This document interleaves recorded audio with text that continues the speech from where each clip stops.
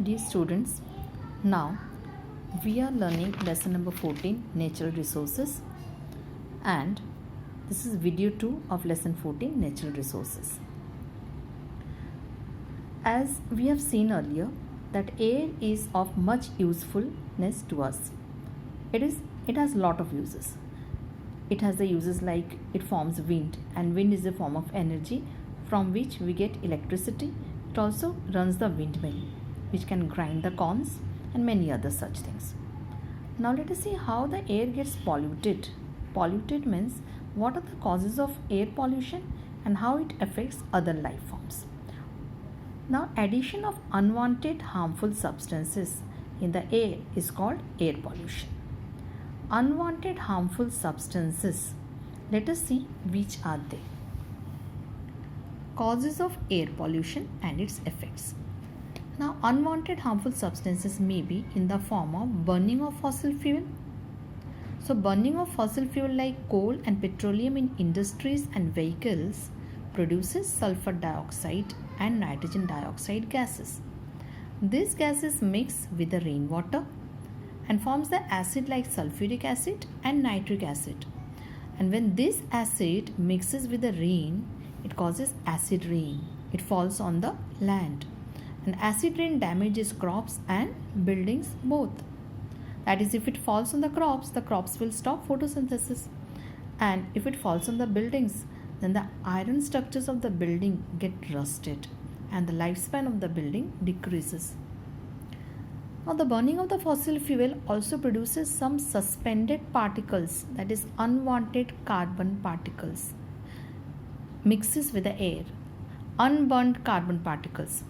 Unburnt carbon particles means, let us see one example. And when you burn wood, then whole lot of wood doesn't get burned. Some parts of the wood will remain unburnt and the black smoky flame comes out of it. When the black smoky flame comes out, it contains certain carbon particles which do not get burned, and these suspended particles mix with the moisture of air, that is, mix with the water particles present in the air. So the black particles mixing with the air produces smog. Smog means it is a hazy smoke which mixes with the air. So smog reduces visibility while driving and it causes accidents. Inhalation of such suspended particles in the air causes allergies, cancer, and may cause heart diseases.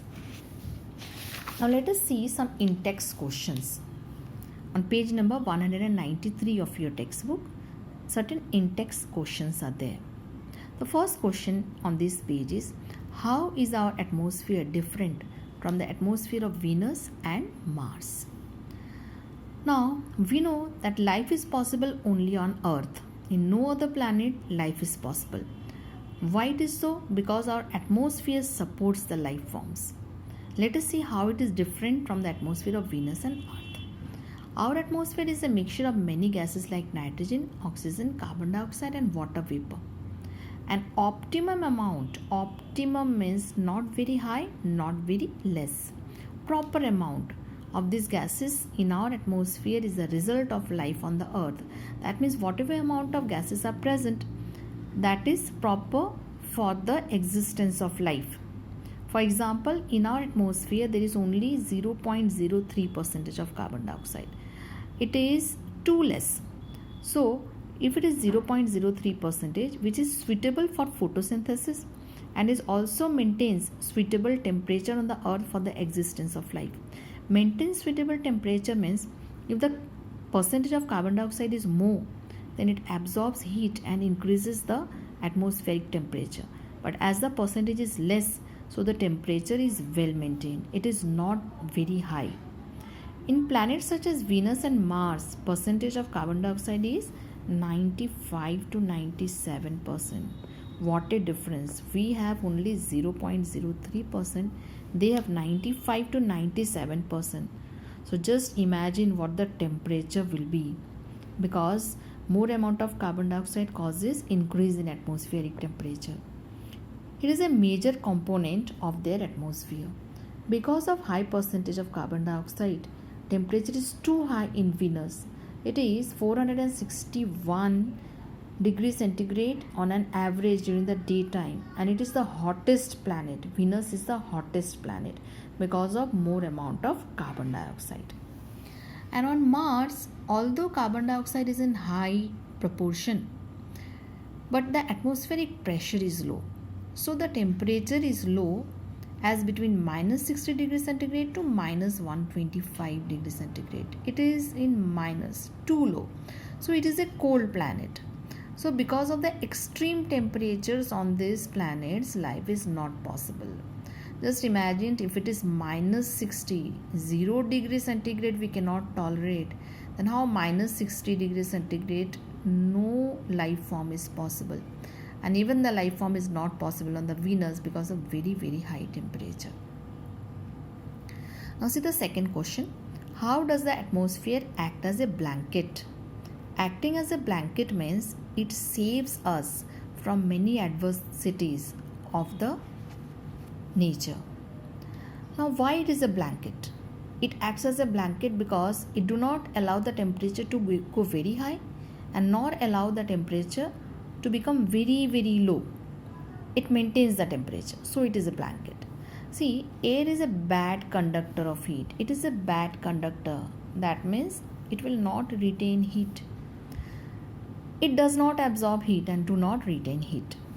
When infrared rays of the sun, means the rays of the sun which is responsible for the heat, it is a heat giving rays.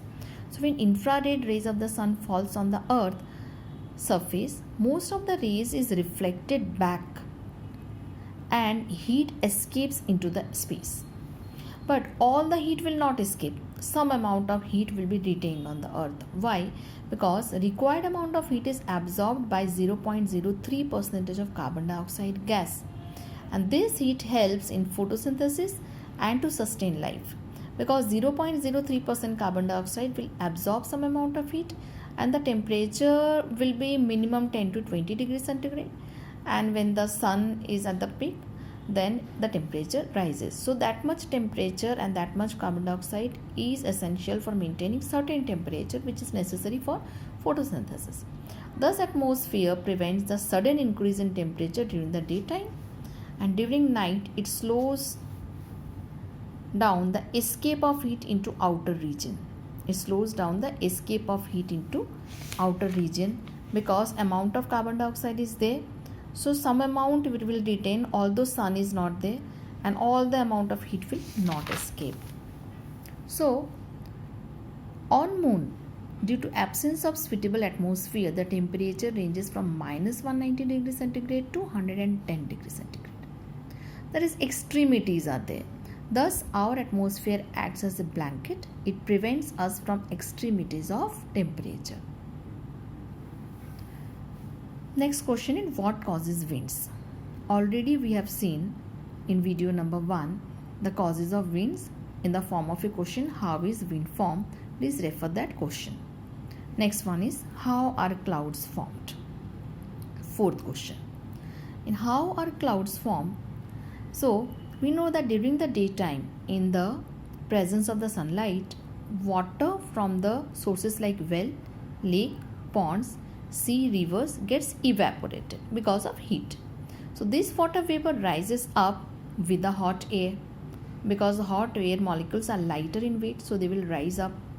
So at a particular height, the air cools and water vapor condenses to form tiny droplets. Condenses means the vapor comes nearer and the gaseous form changes into liquid form. So they form tiny droplets. These droplets surround the dust particles which are present in our atmosphere. And these dust particles act as a nucleus. That means many dust particles aggregate, gather together, and the big ball of the water droplet is formed. This increases the amount of condensation. So many water droplets condense to form a big cloud. This is how the clouds are formed. Now see the fifth question. List any 3 human activities that you think would lead to air pollution. Human activities are so many. So out of those 3 we can say burning of diesel and petrol in vehicles is a human activity. it causes air pollution. Burning of coal in factories, then engines and thermal power stations. And last one is industrialization. Lot of industries causes air pollution. So that's all for this video. Goodbye then. We'll meet in the next video.